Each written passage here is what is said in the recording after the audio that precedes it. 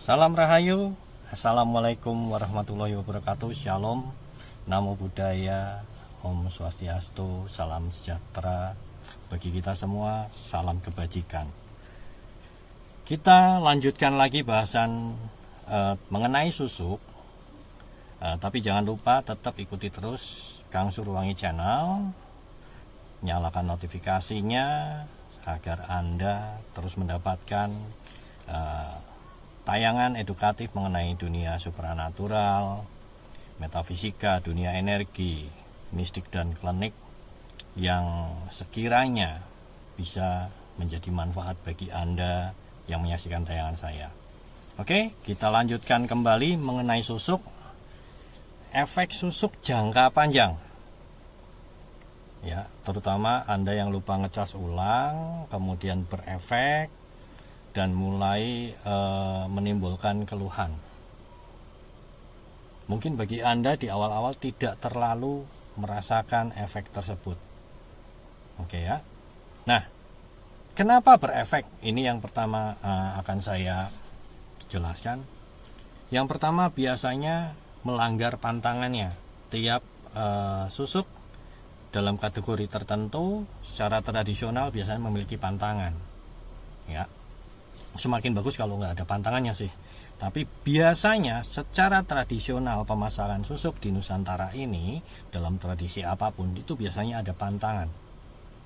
Misalkan dilarang makan sate, ya, kemudian dilarang makan pisang atau apa segala macam. Nah, kadang-kadang namanya orang kita ada kondisi alpa atau lupanya. Nah, seandainya makan sate, ya, bisa ada beberapa orang yang langsung keluar susuknya, tapi ada juga nggak keluar, dayanya hilang, ya, atau tuahnya hilang, tetapi medianya masih ada. Dan beberapa orang yang memasang susuk dan menggunakan intensitas entitas, jadi ada kontraknya, mungkin dia nggak tahu waktu dipasang oleh pemasangnya apakah ini pakai kodam atau enggak, pakai entitas atau enggak. Intensitas tersebut belum lepas ini, ya, tuahnya karena ajiannya mungkin pantangannya makan sate, makan pisang atau sebagainya. Nah, itu tuahnya hilang, tetapi sesuatunya yang ikut masuk itu belum hilang. Nah, apa efeknya? Nah, ini kita akan bahas. Yang pertama, biasanya perlahan-lahan yang tadinya mungkin secara umum orang yang pasang susuk kecantikan itu biasanya akan memudar tuahnya.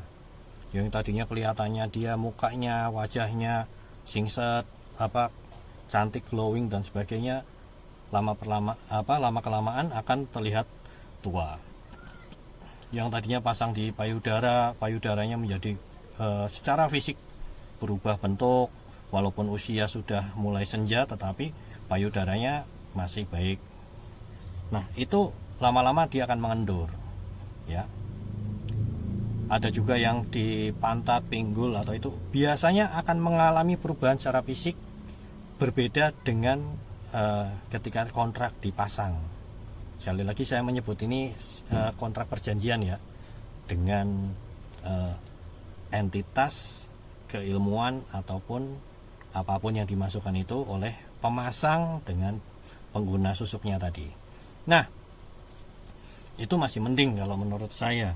Beberapa kasus ketika saya diundang untuk menetralkan itu sampai terjadi pembusukan pada area-area yang dipasang. Perhatikan, ada sampai pembusukan di area yang dipasang. Akibatnya apa? Ya, dia berobat kemanapun biasanya susah untuk sembuh. Karena itu ada dua penyakit kalau menurut saya. Penyakit secara fisik murni dan penyakit yang non medis. Karena akibat dari daya hidupnya terus-menerus dimakan oleh sesuatu yang masih masuk. Ya, ini berakibat secara fisik pun akan mengalami gitu kan. Kemudian mungkin tidak ada perubahan secara fisik, tetapi dia sakit-sakitan, mulai macam-macam sampai harus dirawat inap atau berbaring saja di tempat tidur. Bahkan beberapa kasus yang saya tangani menjelang ajal nggak mati-mati, padahal udah kulit tinggal sama tulang aja. Kemudian tubuh sudah, kalau kita secara medis mungkin sudah nggak mungkin bertahan hidup, tetapi kenapa nggak mati-mati gitu kan? Walaupun ya kita sadari bahwa umur di tangan Tuhan, tetapi kalau secara logis dengan kondisi seperti itu nggak mati-mati kan pasti ada sesuatu. Nah, bisa jadi susuk itulah yang menghambat. Sebenarnya bukan susuknya ya, sesuatu yang disusukkan itu yang menghambat. Dan saya yakin notabene kebanyakan yang terjadi adalah masuknya entitas itu, ya, masuknya entitas itu. Kemudian ada juga yang agak mendingan, dayanya hilang, barangnya nggak lepas, atau barangnya sudah terlanjur hancur di tubuh, kemudian tuahnya sudah hilang, pantangannya dilanggar. Yang ini yang tahapan yang paling ringan kalau dalam pengamatan saya, itu biasanya auranya menjadi jelek. Ya, auranya menjadi jelek. Kalau bahasa kerennya mungkin bad looking gitu. Jadi orang lihat itu walaupun dia cantik tapi nggak nyaman dipandang. Biarpun dia ganteng tapi dilihat itu nggak enak gitu. Nah, pada beberapa orang yang seperti ini itu bisa jadi auranya itu tersumbat, ya, oleh media energi tertentu. Medan energi yang menghambat dia tadi. Nah, apabila Anda niat untuk melepaskan atau membantu pelepasan, ini terutama teman-teman yang memang terjun dalam dunia energi supranatural atau apapun itu, maupun dalam ranah ruqyah atau apapun, ini mungkin teknik ini bisa digunakan. Saya akan menjelaskan bukan dengan dasar agama atau sara, tapi saya akan menjelaskan secara konsep energetiknya ya. Cara pertama untuk menetralkan, saya bilang menetralkan karena banyak susuk itu sudah nggak bisa keluar karena sudah melekat, ya. Jadi kita leburkan di dalam tubuhnya, kemudian di pengeluaran lewat feses atau dihancurkan sekalian ya. Yang pertama adalah melepas kontraknya antara dia dengan si pemasang dulu. Alangkah baiknya jika masih ingat nama pemasang, ya, itu baik sekali untuk melepaskan ikatan kontraknya. Nah, kenapa ini diperlukan? Karena biasanya si pemasang pun terikat sanad atau lineage keilmuan dengan guru-guru di atasnya. Itu biasanya ilmu-ilmu tersebut itu ilmu yang keturunan, ilmu yang diturunkan dengan garis energetik tertentu. Efeknya adalah dia harus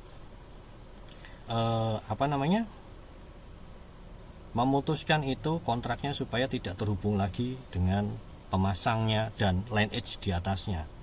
Ya. Yang kedua dilakukan adalah melepaskan entitasnya. Jadi kalau memang ada entitasnya, silakan lakukan dengan cara apapun, tapi tahapannya yang pertama melepas kontraknya, yang kedua memisahkan entitas dari badan yang dipasang. Kemudian yang ketiga, kalau memang ada ajian, lepaskan ajiannya. Karena entitas lebih mudah dilepaskan daripada ajian. Karena kalau ajian itu, saya bilang keilmuan tertentu itu kalau sudah masuk, dia mendarah daging. Jadi kita cleansingnya secara penuh. Nah, apabila masih belum terlalu parah, bisa dikeluarkan secara fisik, keluarkanlah secara fisik.